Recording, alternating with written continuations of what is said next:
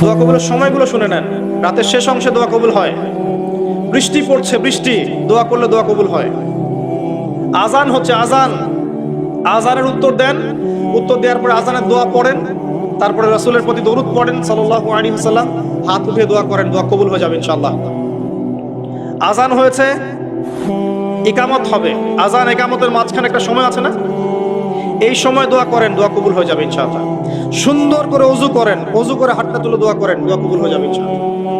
2 রাকাত নামাজ পড়েন, 2 রাকাত নামাজে মনোযোগ ঠিক রাখার চেষ্টা করেন, নামাজ শেষে হাত তুলে দোয়া করেন, দোয়া কবুল হয়ে যাবে ইনশাআল্লাহ। আপনি কোনো ভালো কাজ করেছেন, গোপনে দান করেছেন বা কোনো দান সাদাকা করেছেন, ভালো কাজ করেছেন, কেউ দেখে নাই, আল্লাহ দেখেছেন, এই কাজটাকে ওসিলা করে দোয়া করেন, দোয়া কবুল হয়ে যাবে ইনশাআল্লাহ। করা যাবে? আরেকটা বড় অস্ত্র বলে দিচ্ছি, নামাজের সেজদায় যখন আপনার মাথা আপনার সবচেয়ে উঁচু জায়গাটা সবচেয়ে নিচু জায়গায় লাগিয়েছেন, আল্লাহর সামনে নত করেছেন, এই সেজদায় তাসবিহ পাঠ করেন, সুবহান রাব্বিয়াল আ'লা, অথবা সুবহানাকা আল্লাহুম্মা রাব্বানা ওয়া বিহামদিকা আল্লাহুম্মা ইগফিরলি, অথবা সুবহান কুদ্দুসুন রাব্বুল মালাইকাতি ওয়ার রূহ পাঠ করেন, করার পর দোয়া করেন। সেজদায় যে দোয়াই করবেন ইনশাআল্লাহ কবুল হয়ে যাবে।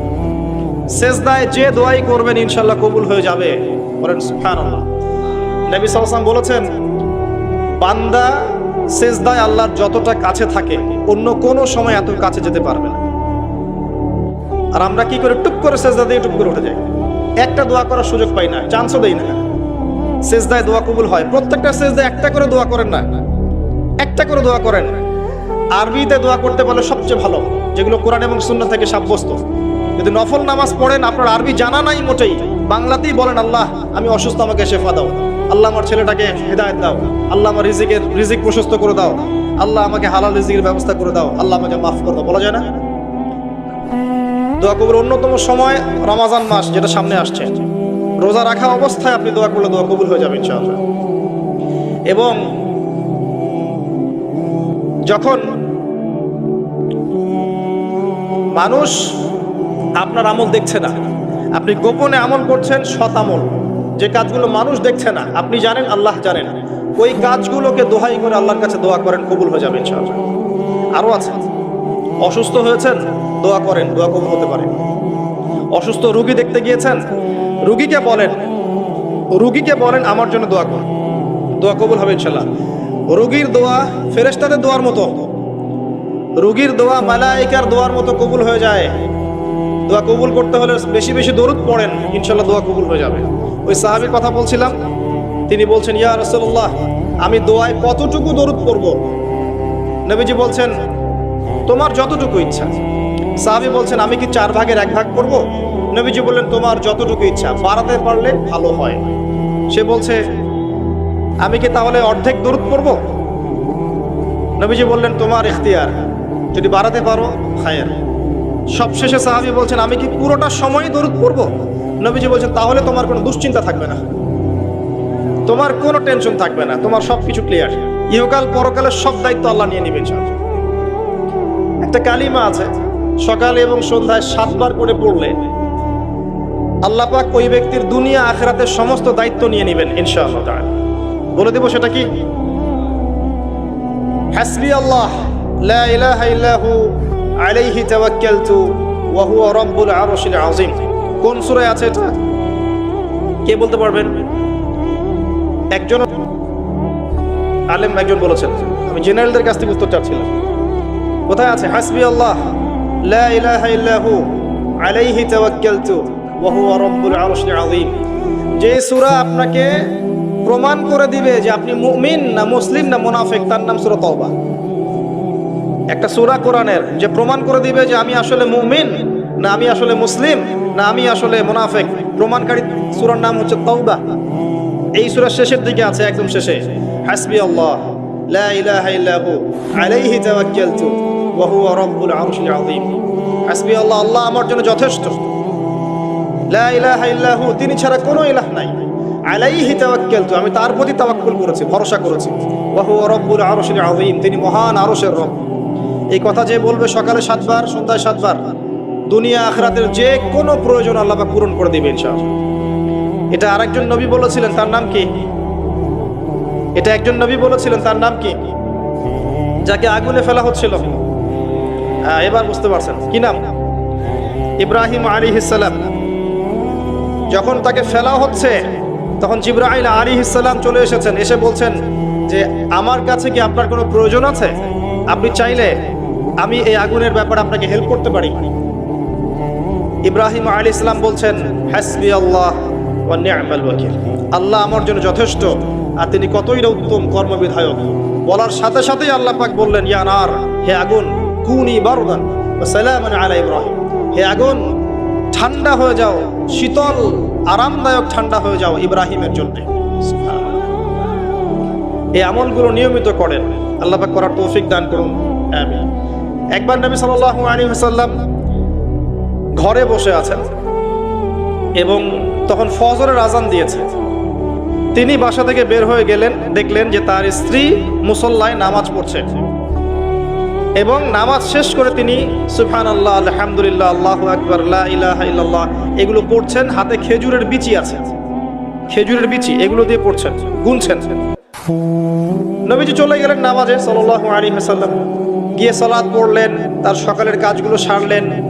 সকালে ফজরের পরে তিনি দার্স দিতেন, সাহাবীদেরকে কিছু বলতেন, কেউ স্বপ্ন দেখলে সেটা শুনতেন, ব্যাখ্যা করতেন, সময় লাগতো। এরপর ইশরাকের নামাজ পড়ে বাসায় আসতেন। তিনি সকালের সমস্ত কাজ সেরে বাসায় ফিরে দেখলেন স্ত্রী রাদিয়াল্লাহু আনহা তখনও ওই অবস্থাতেই বসে আছেন এবং তাসবিহ তাহলিল করছেন।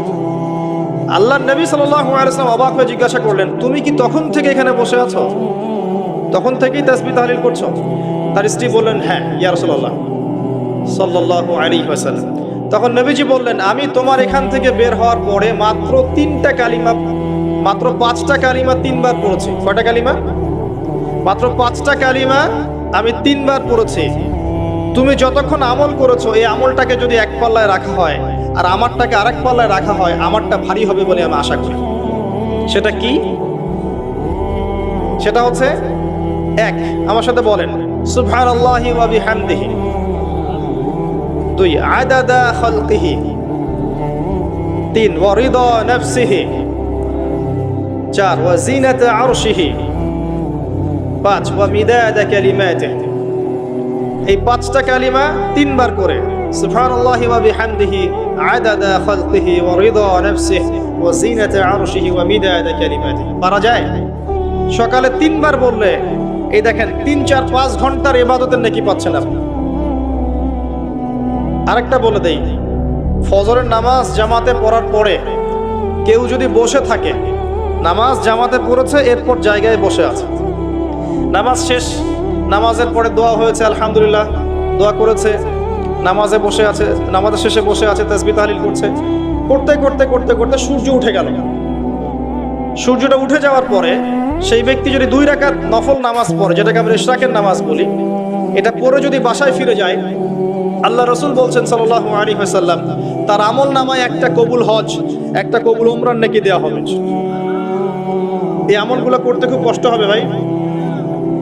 জুমার দিন আসবে, পরশু দিন আসবে না, অনলি একটা আমল বলছি। জুমার দিন আমি 3টা আমলকে বেশি গুরুত্ব দেই। 1 নাম্বার হচ্ছে সূরাতুল কাহফ, যেটা আপনাকে মাসিহুদ দাজ্জাল থেকে বাঁচাবে। 2 নাম্বার বেশি থেকে বেশি দরুদ পড়া, এই দিন দরুদ পেশ করা হয় নবী সাল্লাল্লাহু আলাইহি ওয়াসাল্লামের কাছে। আর 3 নাম্বার এটা যেটা আপনাদেরকে শেয়ার করছি, সেটা হলো আল্লাহ রাসূল সাল্লাল্লাহু আলাইহি ওয়াসাল্লাম বলেছেন, কেউ যদি জুমার দিনে সকাল সকাল গোসল করে, আর্লি মর্নিং গোসল করে ফেলে, একদম ফরজ গোসলের মতো, এবার সবচেয়ে উত্তম কাপড়টা পরে, নোংরা কাপড় না, বেস্ট কাপড়টা পরে, আতর খুশবু ব্যবহার করে, সুগন্ধি ইউজ করে, সুগন্ধি ব্যবহার করে সে সকাল সকাল পায়ে হেঁটে মসজিদে যায়, বাহনে চড়ে নয়, পায়ে হেঁটে মসজিদে গিয়ে ইমাম বয়ান খুতবা শুরু করার আগেই মসজিদে চলে গেছে, ইমামের কাছাকাছি বসে, কাউকে কষ্ট দেয় না, ইমাম খুতবা দিচ্ছে সে চুপচাপ শুনছে, কাউকে কষ্ট দেয় না, এমনকি পাশে কেউ কথা বলে তাকে এতটুকু বলে না চুপ করো, এতটুকু বলে না, চুপচাপ খুতবা শুনে নামাজ পড়ে ইমামের সাথে সালাম ফিরায়। নবী সাল্লাল্লাহু আলাইহি ওয়াসাল্লাম বলছেন, এই যে প্রতি পদক্ষেপ হেঁটে এসেছে, প্রত্যেক পদক্ষেপের বিনিময়ে 1 বছরের নফল নামাজ, 1 বছরের নফল রোজার নেকি দেয়া। এই আমলগুলো খুব সহজে আমরা করতে পারি। আমি শুরু করলাম কিছু আমল দিয়ে, যে আমলগুলো আপনারা নিয়মিত করার চেষ্টা করেন, আল্লাহ পাক আমাদের সবাইকে তৌফিক এনায়েত করুন, আমিন। আর কিছু কিছু সূরা আছে যেগুলো নিয়মিত পড়তে হয়, যেমন সূরা ফালাক, সূরা নাস, সূরা ইখলাস। সকালে 3 বার, সন্ধ্যায় 3 বার। 3-3-3-9, আবার 3-3-3-9। নবী সাল্লাল্লাহু আলাইহি ওয়াসাল্লাম বলছেন, দৃশ্য অদৃশ্যের যে কোনো অনিষ্ট থেকে আল্লাহ পাক আপনাকে হেফাজত করবেন ইনশাআল্লাহ তাআলা।